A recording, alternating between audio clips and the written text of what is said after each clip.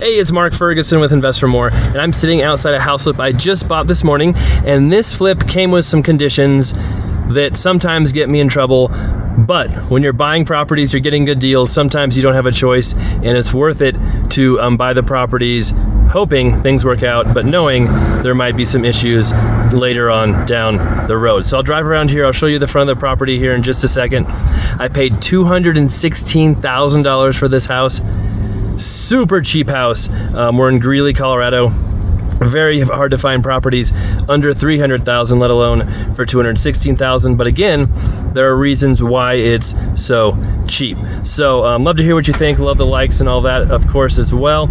And you can see the garage is not pretty, but it's got a big, nice garage. And the roof, I think, might be okay. That might be the one thing that's okay on this house. So we've shown quite a few flips lately. I bought one last month. I bought a couple more before that. And quite a few of those flips were fairly easy. They weren't too difficult as far as rehabs and fairly simple cosmetic stuff. Some were more than others. This one is not an easy rehab. This one will take some work, and we'll have quite a bit going on with it as far as the repairs that are needed. So, like I said, I bought this with some conditions I don't like, but I bought it from a wholesaler, and I don't always get to decide what the conditions are, how, I buy the properties, the terms. All that is kind of a take it or leave it. If you want the deal, that's what you're paying. It's a house on the corner right there. And, usually it works out okay, but sometimes it doesn't. And the big thing this came with is a post-occupancy agreement, which I really try to avoid if I can. The wholesaler agreed to it with the seller, and so they've got 2 weeks to move out after I bought it. And then if they don't move out, they owe me $200 a day. $5,000 was held back in escrow. I know many of you who follow my channel have heard this story before over and over again. Most of the time it works out and they leave. But we've had a few cases like the post-occupancy hoarder house where they don't move out. I've had a few other cases where they don't move out. Sometimes you have to do an eviction. Sometimes you just wait for them to leave. Sometimes there's a dispute over the money. It can cause a lot of drama. So I'm an investor. I can handle those deals. It can be a lot trickier for owner-occupants who are depending on moving there, or they're selling another house. So I always warn people, try to avoid post-occupancy agreements if you can. It's kind of a last resort. And on this deal, it was already agreed to. That's the only way I could get this deal done. And I did negotiate the price a little bit, though. So that is something now with the market's changing. I wouldn't say prices are going down, but the market is going back to a more normal market.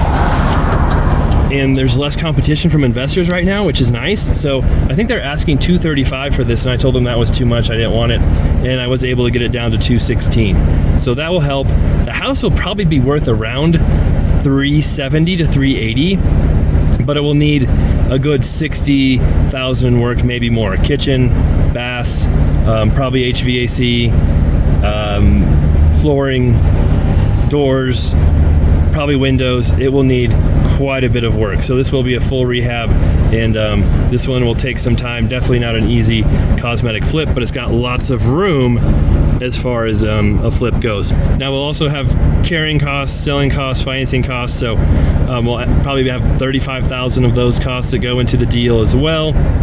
I use private money to finance the flip, as I do most of my flips, so that makes it easy. And then hopefully we'll have it done. Boy, this one will probably be in 3 to 5 months would be our goal to have it finished.